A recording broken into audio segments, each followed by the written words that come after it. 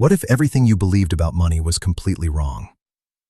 What if the reason you don't have enough money has nothing to do with your job, your education, or your luck? Tonight I want to tell you a true story about money psychology. A story that will change the way you think about wealth forever. Are you ready? Let's begin.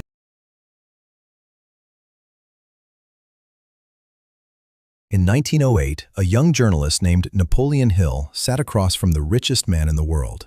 His name was Andrew Carnegie. Carnegie had built an empire from nothing. He started as a poor immigrant boy with no money, no education, and no connections. But by 1908, he was worth $475 billion in today's money. Napoleon Hill looked at Carnegie and asked, "Mr. Carnegie, what is the real secret to wealth?" Carnegie smiled slowly. He said, "Young man, the secret is not in your hands. It is not in your connections. The secret to all wealth lives inside your mind."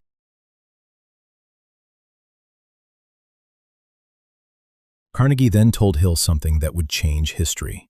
He said most people have a broken relationship with money. They fear it. They feel guilty about it. They believe they don't deserve it. And because of this belief, money stays away from them. Think about this for a moment. When you see a very expensive car, what is your first thought?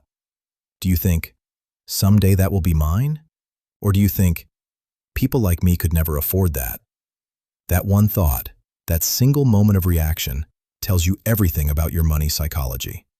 Carnegie told Hill, "The rich think about money differently.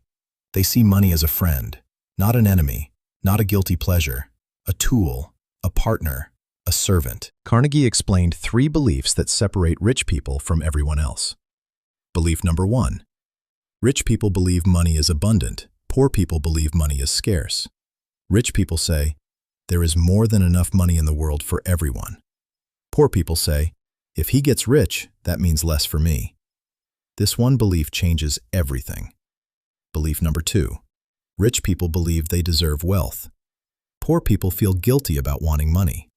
Rich people say, I create value and I deserve to be paid well. Poor people say, it is selfish to want more than I need. Belief number 3.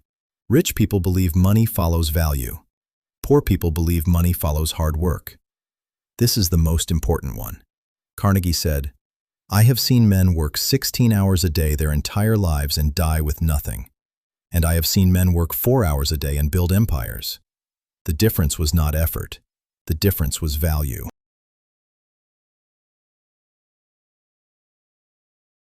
Carnegie gave Napoleon Hill a challenge. He said, go find 500 of the most successful people in America. Study them for 20 years. Find the common pattern. Hill accepted. For 20 years, he interviewed Henry Ford, Thomas Edison, John D. Rockefeller, and hundreds more. And he found something remarkable. Every single wealthy person had reprogrammed their mind to think about money differently. Not one of them became rich by working harder than everyone else. Every single one of them became rich by thinking differently than everyone else. Ford once said, whether you think you can or you think you can't, you are right. This is money psychology in its purest form. Now let me ask you something personal. What did your parents teach you about money? Did they say, money doesn't grow on trees? Did they say, we can't afford that?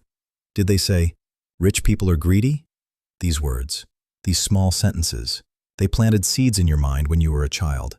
And those seeds became beliefs, and those beliefs became your reality.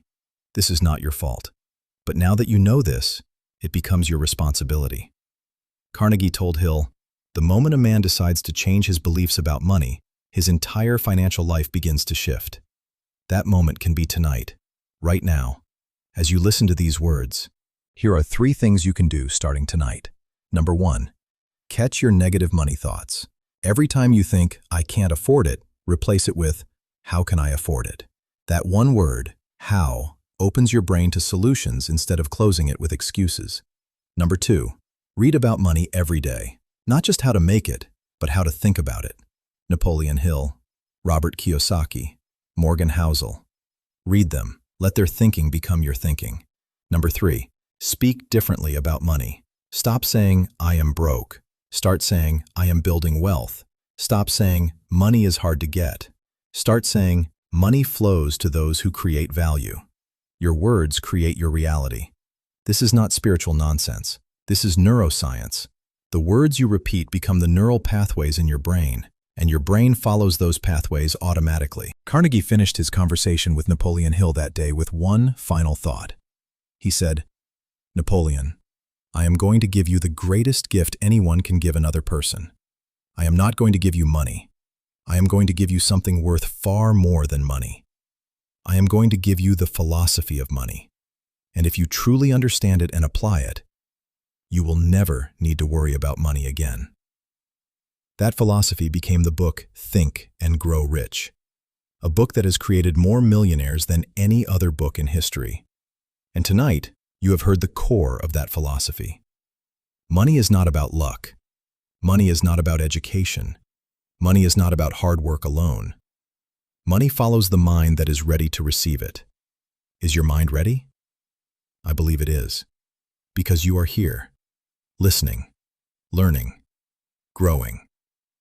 Good night, and grow rich. If this story changed something in your mind, please subscribe to this channel. Every night we bring you stories, English lessons, and wisdom that will quietly transform your life while you sleep.